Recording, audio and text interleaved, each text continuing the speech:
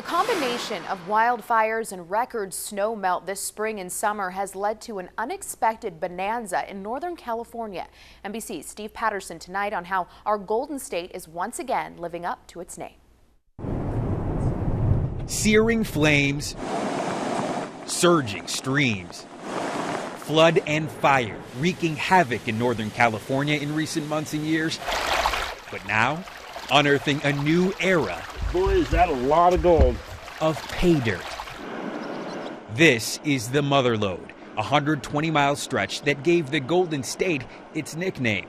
During the original gold rush, nearly $90 million worth of gold was extracted here in the mid-1800s. That's more than $2 billion in today's dollars. A big piece. Now, more than 100 years later, a new rush.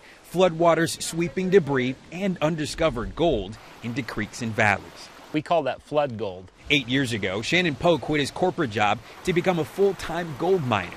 It's elation, you know, your hard work is paying off and you just go, good golly, I made $5,000 in 2 minutes. Sounds easy, but to get anywhere near the good stuff, Poe says you have to go way off the beaten path. In our journey into the wilderness, we arrive at one of Poe's favorite mining spots. There's actually quite a bit of gold in here. Look at all that. This has probably been the best year that I've had in the South Mother Lode for gold mining, period. And it's not just a good year for the miners. Business is really good. It's also giving a boost to tourism in local boom towns.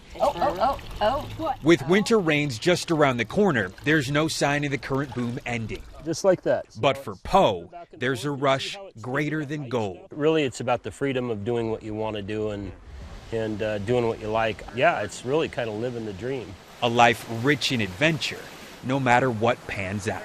Steve Patterson, NBC News, Gold Country, California. Well, it's looking like tomorrow's going to shape up to be another beautiful day, but what will the rest of the week look like? I'll have your 7-day forecast coming up.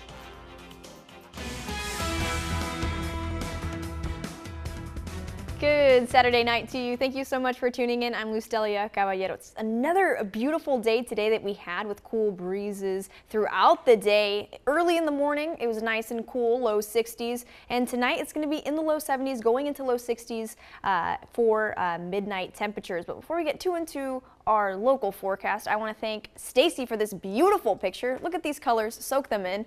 We are going to have beautiful sunrises and sunsets as clouds continue moving out of the valley once that high pressure system boots them on out. If you want your photo featured on our wall, all you got to do is snap it and send it into myphoto@kmir.com and we'll absolutely give you your own very special shout out. Current conditions out of Palm Springs International, 73 degrees, dew point of 47 on the rise at this hour, and humidity at 39%.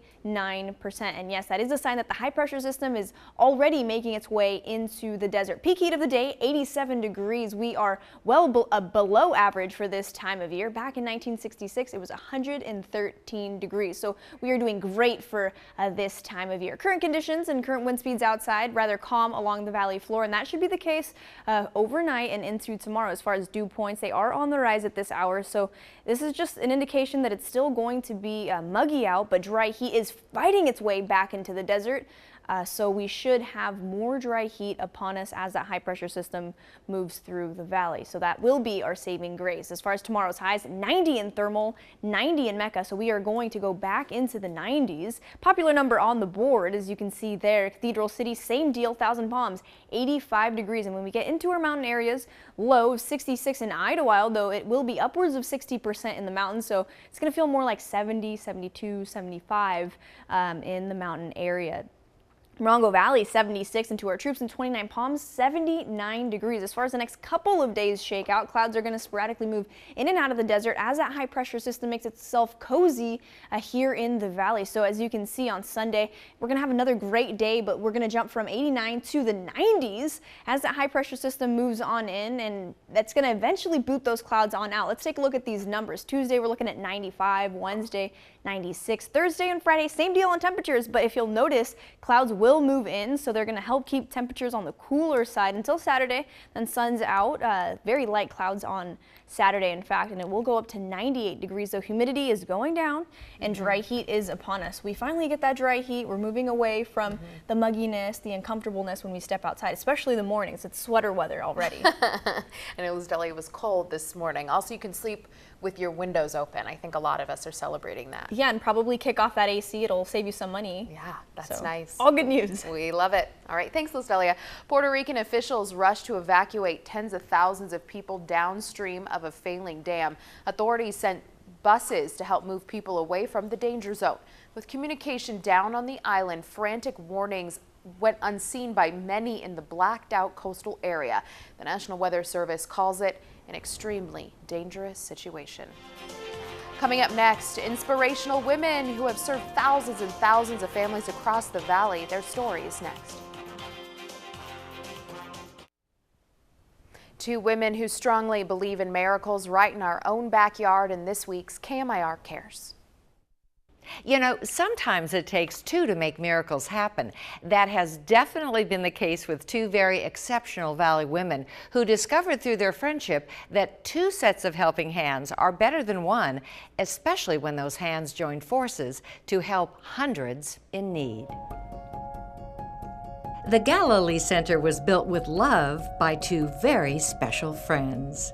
You always think about the other person before yourself. When Gloria Gomez and Claudia Castorino first met in 1988, a fast and strong bond developed immediately, partly fueled by their mutual desire to be of service to their community.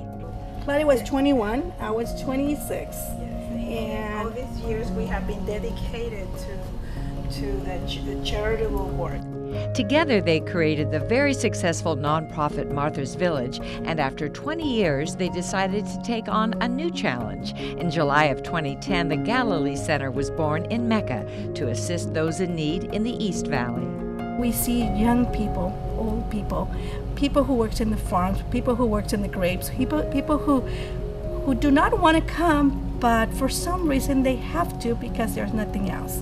The Galilee Center serves 100 to 120 people a day. Over 46,000, including over 18,000 children, have been helped since their doors opened, offering access to showers, restrooms, laundry facilities, a thrift store, and even a community room and a hot meal. On an annual basis, we estimate approximately 9 to 1,100 families that we help. Do what is necessary. You know, just do what is necessary. Right. And then do what is possible. And very soon you will be doing the impossible. And thanks to the powerful faith and friendship of these two remarkable women, they've proved that nothing is impossible. You know, Claudia and Gloria say to stay tuned because they definitely have lots of other great ideas, but for now, they prove that two friends can really make miracles happen.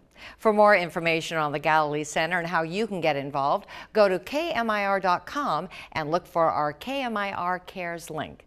For KMIR Cares, I'm Sandy Newton. Coming up after the break, it's my favorite story of the day, a fearless critter and his famous play on the field. You don't want to miss this. A speedy squirrel draws cheers from the crowd as it sprints into the end zone during a college football game today. The squirrel brought a dose of excitement to a lopsided game between Louisville and Kent State by making a 40-yard touchdown dash as the two teams returned to the field. Some joke the squirrel scored more points than Kent State. Thank you for joining us. SNL's next. Have a good night.